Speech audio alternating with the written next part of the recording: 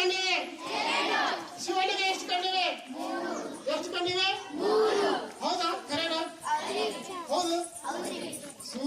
ಶಿವನಿಗಷ್ಟೇ ಅಲ್ಲ, ನಿಮಗೂ 3 ಕಣ್ಣಿವೆ. ಅದು ಏನಿದೆ, ಆ ಕಣ್ಣು ಹೆಂಗಾಗಿದೆ ಅಂದ್ರೆ ಮುಚ್ಕೊಂಡಿದೆ. ಏನೋ ನಿಮ್ಮಲ್ಲಿನೂ ಇದೆ 3 ಕಣ್ಣು, ಆದ್ರೆ ಆ ಕಣ್ಣು ಏನಾಗಿದೆ? ಮುಚ್ಚಿದೆ. 3ನೇ ಕಣ್ಣು ಅಂತಾರೆ. ಏನಂತಾರೆ? ನಾವು ಕುಂಕುಮ ಹಚ್ಚೋದು ಏನಕ್ಕೆ ಅಲ್ಲಿ ಗೊತ್ತದ? ಕುಂಕುಮ ಯಾಕೆ ಹಚ್ಚಿದೀವಿ ಅಂದ್ರೆ ನಮ್ಮ 3ನೇ ಕಣ್ಣಿನ ಕಡೆ ನಮ್ಮ ಧ್ಯಾನ ಹೋಗ್ಲಿ, 3ನೇ ಕಣ್ಣಿನ ಕಡೆ ನಾವು ಧ್ಯಾನ ಮಾಡ್ಲಿ, ನಮ್ಮ 3ನೇ ಕಣ್ಣು ಜಾಗೃತಿ ಆಗ್ಲಿ ಅನ್ನುವಂತ ಉದ್ದೇಶದಿಂದ ನಾವಿಲ್ಲಿ ಕುಂಕುಮ ಹಚ್ತೀವಿ. ಇದು ವೈಜ್ಞಾನಿಕ ಕಾರಣ ಇದೆ. ಇಲ್ಲಿ ಏನಿದೆ? ವಿನಿಯಲ್ ಗ್ಲ್ಯಾಂಡ್ ಅಂತಿದೆ. 3ನೇ ಕಣ್ಣಿಗೆ 3ನೇ ಕಣ್ಣು ಜಾಗೃತಿ ಆಗ್ಬೇಕನ್ನುವಂತ ಉದ್ದೇಶದಿಂದ ನಾವೇನ್ ಮಾಡ್ತೀವಿ? ಇಲ್ಲಿ ಕುಂಕುಮವನ್ನು ಹಚ್ತೀವಿ. ತಿಳಿದೆ? ಸೂರ್ಯದೇವರ ಆರಾಧನೆಯಿಂದ ನಿಮ್ಮ ಪಿನಿಯಲ್ ಗ್ಲ್ಯಾಂಡ್ ಸಹ ಜಾಗೃತಿ ಆಗ್ತದೆ. ಅಂತ ಶಕ್ತಿ ನಿಮ್ಮಲ್ಲಿ ಬರ್ತದೆ. ಕಣ್ಣಿನ ಶಕ್ತಿ ಜಾಸ್ತಿ ಆಗ್ತದೆ.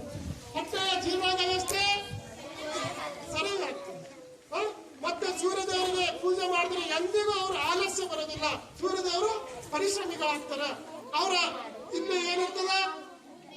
3ನೇ ಕಣ್ಣು ಜಾಗೃತಿ ಆಗ್ತದೆ. ಅವರ ಬುದ್ಧಿ ಏನಾಗ್ತದೆ? ವಿಶಾಲ ಆಗ್ತದೆ. ಬುದ್ಧಿವಂತರಾಗ್ತಾರೆ, ಬಹಳ ಕುಶಾಗ್ರ ಬುದ್ಧಿಗಳಾಗ್ತಾರೆ. ಆದ್ರಿಂದ ಸೂರ್ಯ ಪೂಜೆಯನ್ನು ನಿಮ್ಮ ಸೂರ್ಯದೇವರಿಗೆ ಸಂಬಂಧಪಟ್ಟಂತೆ ಯಾವ್ದಾನ ವರ ಇದನ್ನ ನೋಡಿ ಯಾವ್ದಿದೆ? ಶಬಾಷ್. ಯಾವುದು? ಮತ್ತೆ ನಮ್ಮ ಇಂಗ್ಲಿಷ್ ನಲ್ಲಿ ಏನು ಕರೀತಾರೆ? ಸಣ್ಣ ಅಂದ್ರೆ ಏನು? ಹೌದು. ಭಾನು ಅಂದ್ರೆ ಏನು? ಭಾನು ಅಂದ್ರೆ ಏನು? ರವಿ ಅಂದ್ರೆ ಏನು? ಮತ್ತೆ ಅವರು ಸುಮ್ಮನೆ ಆಟ ಆಡೋದಿದ್ದಾರೆ. ನಮ್ಮ ಹೆಸರುಗಳು ಸೂರ್ಯದೇವರು ಅಷ್ಟೊಂದು ಮಹತ್ವ ಇದೆ ಅಂತ ಹೇಳ್ತಾರೆ. ಹೌದಲ್ಲ?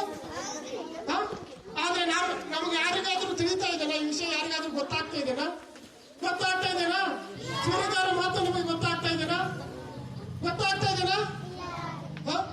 ನೀವು ಪ್ರತಿನಿತ್ಯ, ನಾನು ಹೇಳ್ತೀನಿ, ನೀವು ಪ್ರತಿನಿತ್ಯ ಮುಂಜಾನೆ ಎದ್ದು ಸ್ನಾನ ಮಾಡಿದ್ಮೇಲೆ ಸೂರ್ಯದೇವರಿಗೆ ಜಲ ಸಮರ್ಪಣೆ ಮಾಡಬೇಕು. ನಿಮಗೆ ದಿನಾಲೂ ಆಗದೇ ಇದ್ರು ಕನಿಷ್ಠ ಪಕ್ಷ 1 ವಾರ ಮಾಡಬೇಕು. ಯಾವ ವಾರ ಮಾಡಬೇಕು?